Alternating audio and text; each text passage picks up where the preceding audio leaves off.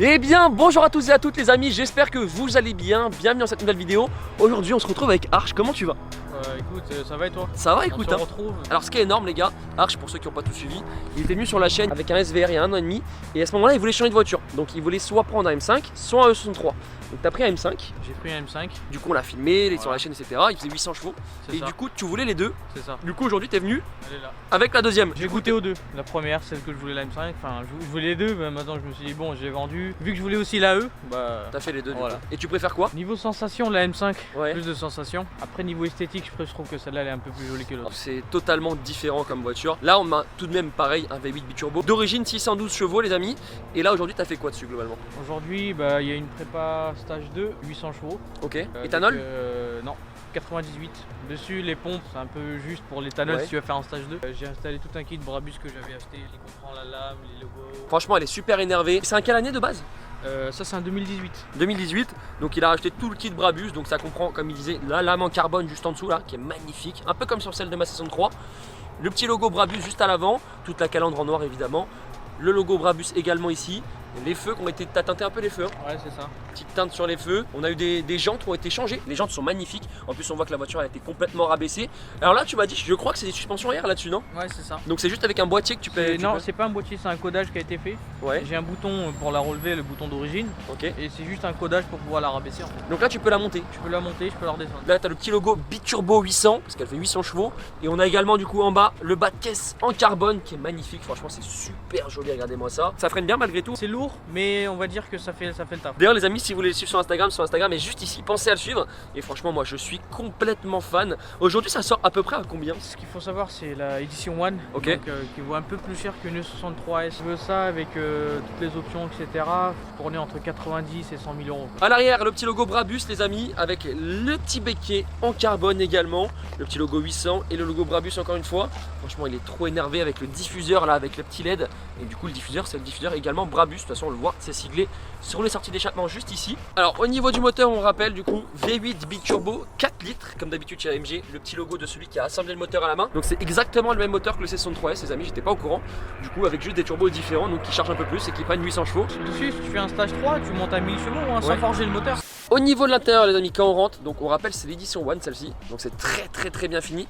Sur la portière on y retrouve du cuir surpiqué jaune avec tout le carbone, tout le carbone ici, cuir surpiqué jaune, il y a très peu de plastique. Le petit logo AMG également en jaune. Les sièges baquets, alors si je dis pas de bêtises, ça c'est en noir parce que c'est l'édition One. Edition One, c'est ça. D'accord. Et le volant, pareil, il est en noir parce que c'est Edition One. Donc voilà, tout le volant est en noir. Les sièges baquets du coup qui seront en cuir et en alcantara. Chez AMG ça n'a pas changé, hein. C'est toujours les mêmes baquets, mais juste il y a des petites différences niveau surpiqûre. Le volant également en complet alcantara, donc ça c'est un détail édition One avec le rappel aux 12 heures en noir. Là on y retrouve du coup la console centrale du C63, c'est à peu près la même chose. Donc là tout ce qui est le pad, tout le carbone avec les LED, regardez juste en dessous, c'est magnifique. Toute la grosse console que tu retrouves un petit peu également sur la GT63S, c'est un peu la même. Ouais. Donc il y a le virtual display dessus les amis, compteur qui est siglé jusqu'à 330 km/h, j'imagine que ça les prend. On va pas en parler. On va pas en Stage 2, parler. 800 chevaux, Ouais, c'est vrai, c'est vrai. Donc là, on a le petit bouton pour surélever la voiture, pour fermer. Hop, tu vois, t'es en vacances, tu veux fermer ça tranquille. Hop, tu peux fermer ça derrière. Ensuite, tu as l'affichage tête haute juste ici, donc si tu veux vraiment, tu peux le désactiver ou tu peux le réactiver. Sur le volant, du coup, on rappelle surpiqué jaune en complet Alcantara. Le problème de l'Alcantara chez Mercedes, les amis, c'est que ça s'use super vite. Genre là, il est encore en bon état, mais ça va partir en cacahuète. très Bah rapide. moi je vais te dire la vérité, je l'ai déjà fait nettoyer 2 fois, c'est pour ça qu'il est dans cet état. Ah ouais. Avant il était pire. Petit logo AMG Edition One. Les rajouts de palettes en carbone sur les palettes d'origine qui sont également en noir les amis, qui sont très jolies. Franchement moi j'adore, j'avais jamais testé une 63 préparée, je pense que vraiment ça arrache. Juste ici on a le réglage des modes de conduite, du mode individuel, confort, sport, sport plus et race. Ça c'est pour passer la boîte en manuel, pour rigidifier les suspensions juste ici. Le SP off, ouvrir les valves, le start and stop et après tout ce qui est caméra 360 etc. Quand on démarre dans la voiture, voilà ce que ça donne. J'imagine que t'as mis un pop and bang. Ouais. Il y a un petit pop les amis, donc au neutre voilà ce que ça donne.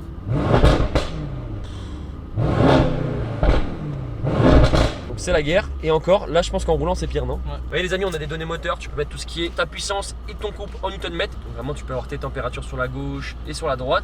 Tout ce qui est tes infos sur l'inclinaison de tes roues, sur quelle suspension prend quelle pression. Tu as également tes températures de pneus, enfin vraiment tu as vraiment tout. Et ensuite tu as les données dynamiques, et là tu as vraiment tout en un. Avec ta force G sur la gauche, c'est magnifique, c'est vraiment très race. De dehors les amis, voilà ce que ça donne. Wow.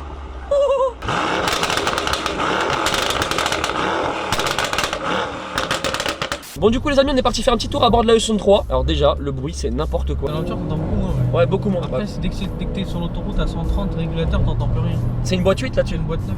Boîte 9. Donc boîte 9, même pour la conso, j'imagine que quand tu roules sur l'autoroute, ça consomme pas trop.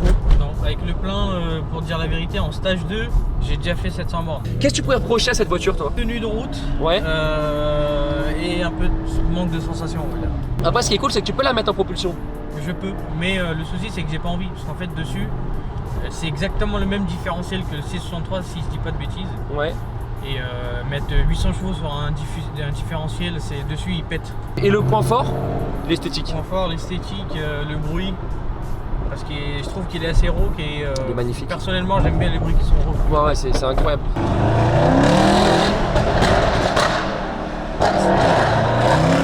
Ah, par contre, tu sens que ça a le démon. Tu sens que ça veut que. On rappelle les amis, 1000 Nm de couple. D'ailleurs les gars, comme d'habitude, je compte toujours pour mettre un petit pouce bleu, ça coûte rien parce que là c'est vraiment un monstre. Puis ce qui est cool c'est que Arch on va le revoir tous les ans quoi. Tous les ans il vient avec sa nouvelle caisse. Ouais, tous les 7-8 mois, ouais plutôt. Donc petit pouce bleu, pensez à vous abonner à la chaîne également. Et la GTR, putain le pop les gars. Et là encore j'ai fait faire un pop. Sauf petite insertion sur l'autoroute, ce qui est bien c'est que t'as pas de problème tu vois.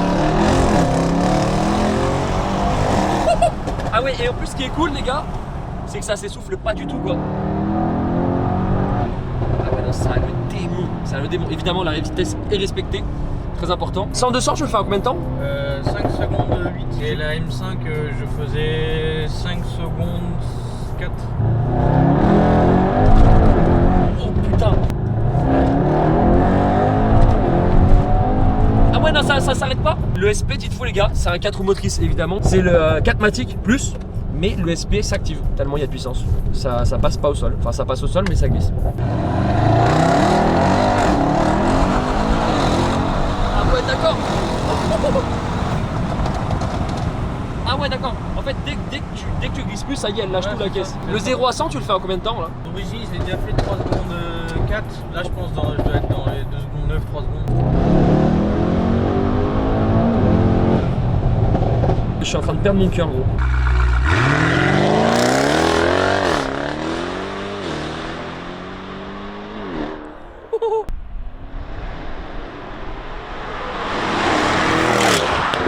J'ai même pas eu le temps de tourner la caméra. Il est passé trop vite.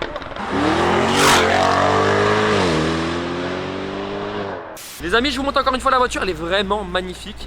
On rappelle Arch ton Instagram si les gens veulent te suivre. C'est Arch ARSH-0818.